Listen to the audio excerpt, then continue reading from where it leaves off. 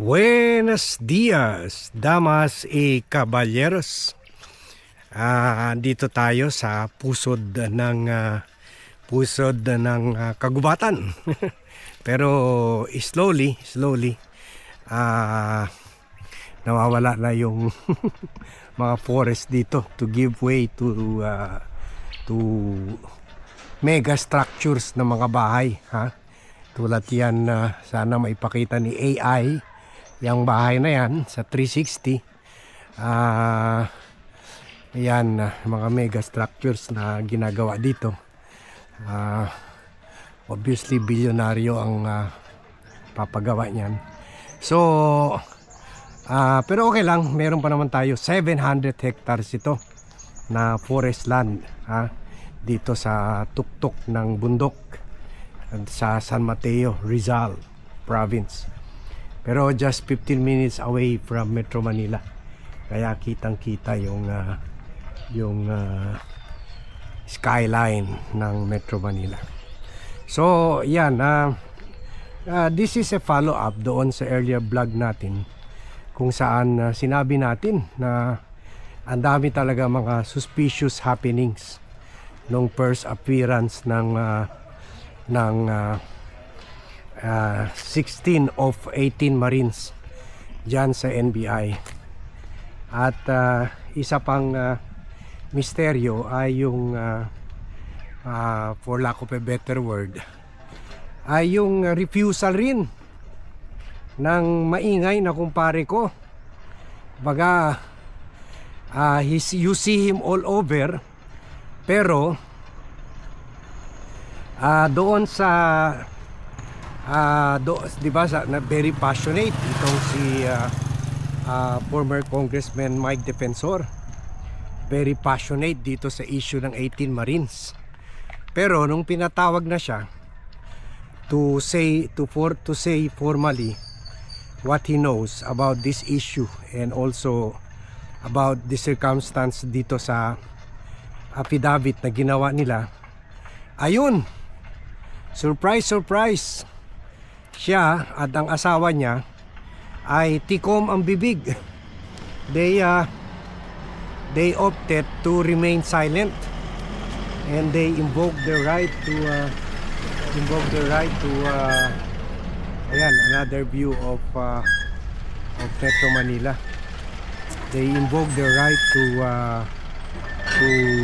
not say anything, not to say anything incriminating, or invoke the right not to incriminate themselves. So kaya no wonder ito mismo si NBI Director Melvin Matibag ay sinasabi na wala naman silang substantial na sinabi doon sa NBI, at parang pumunta lang sila doon para mag-press con. Kumbaga ginamit lang nila ang subpoena not to help unearth the truth. Kasi yun na sana ang time, sinasabi nila dapat imbestigahan itong si Presidente, itong si former Senator Antonio Trillanes sa $2 million daw napunta sa mga ICC investigators, at dapat daw imbestigahan rin itong pagdadala ng ni Saldico ng 805 billion, almost 1 trillion to many government officials, specifically members of Congress, kasama na si Laila de Lima na kahit nakakulong pa ito noon. So yun, yun na sana ang great big opportunity for Mike and his wife, na nag-provide daw ng mga sasakyan para sa 18. Pero yun, again, kagaya ng mga Marines, they invoke the right against self-incrimination. So kung ganon, Alam naman natin yung mga nag-invoke ng mga ganong klaseng privileges sa investigative bodies, sa Senado, Kongreso. Usually they are telling lies, nagsisinungaling. So yun, tanong lang, nagsisinungaling rin kaya itong si former Quezon City, former party list congressman na si Mike Defensor or Quezon City congressman? Kasi hatapang halalaki siya sa pag-akusa doon sa tumanggap ng pera, pero pagdating pala sa involvement niya, silence of the lambs siya. He does not even say anything to help in the investigation. Tama naman yung sinabi nila NBI Director Matibag, na hindi basta ano man ibaksak na nila dito sa issue sa amin, or una na kwansa sa ombudsman, sinubmit nila yung affidavit. Hindi naman basta na lang aksyonan kaagad yun. Siyempre alamin muna kung totoo yun.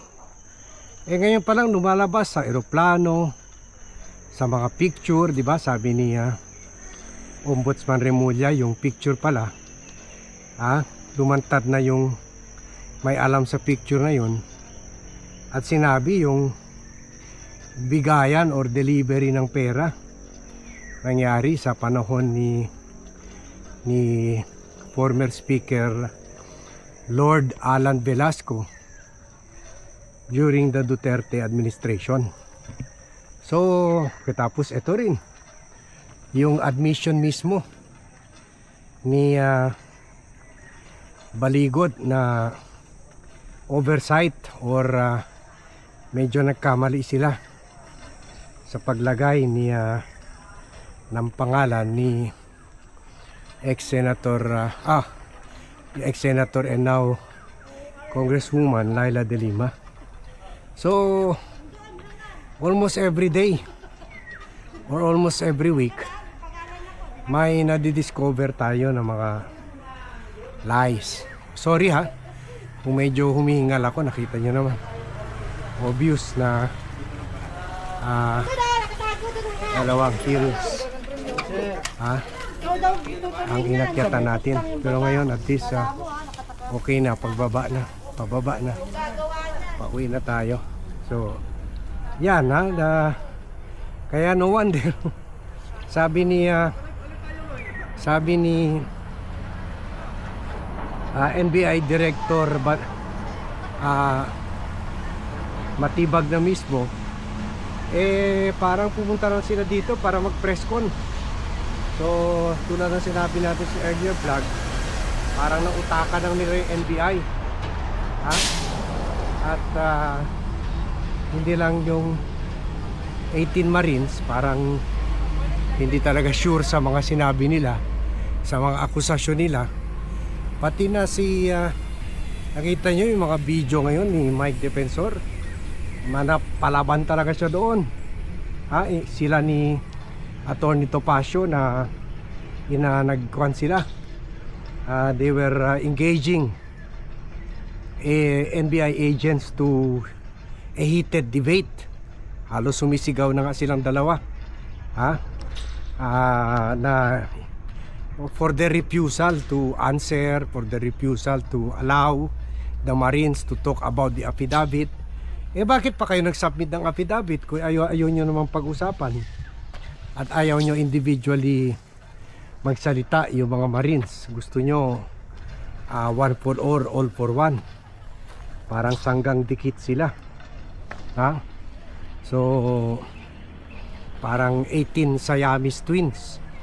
So kwan talaga, klarong-klaro na talaga na this is not about the flood control issue. This is not about helping the investigation sa flood control issue.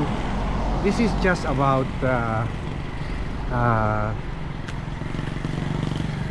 propaganda Tulad ng sinabi natin una, propaganda lang talaga ito. Kaya they just use. Kaya siguro kung ako sa kay Matibag, at i-share nyo itong vlog para umabot kay Matibag, kung ako sa kanya, I will stop media muna, or kuan sila yung executive session muna, na hindi muna ipa-interview kasi mas marami pang interview. Although syempre you cannot prevent the media naman from interviewing pagdating at pag-alis, pero ganun lang, in between, serious investigation must be done. At kung wala pa rin napiga sa March 17, then go to court and secure an arrest warrant for them for contempt. Kasi parang panluloko na talaga yan, ginagago lang talaga kayo na a-appear sila dyan, and then hindi naman pala magsasalita. Kagaguhan na yan. Yan, sige, I hope the NBI watches this video para baka, pero alam ko si magagaling sa media ops rin yan, si Melvin Matibag. Natuto na rin niya yung mga dynamics ng PR ops. So alam niya yan. In fact, sinabi niya mismo na parang mas marami pang panahon sa presscon kaysa sa pagharap doon sa mga kanya, sa mga investigador niya o sa mga agents niya. So sige, hanggang dito naman na tayo. Thank you very much everyone for watching. Thank you very much for joining me in this vlog. Good morning to all and see you in my next vlog.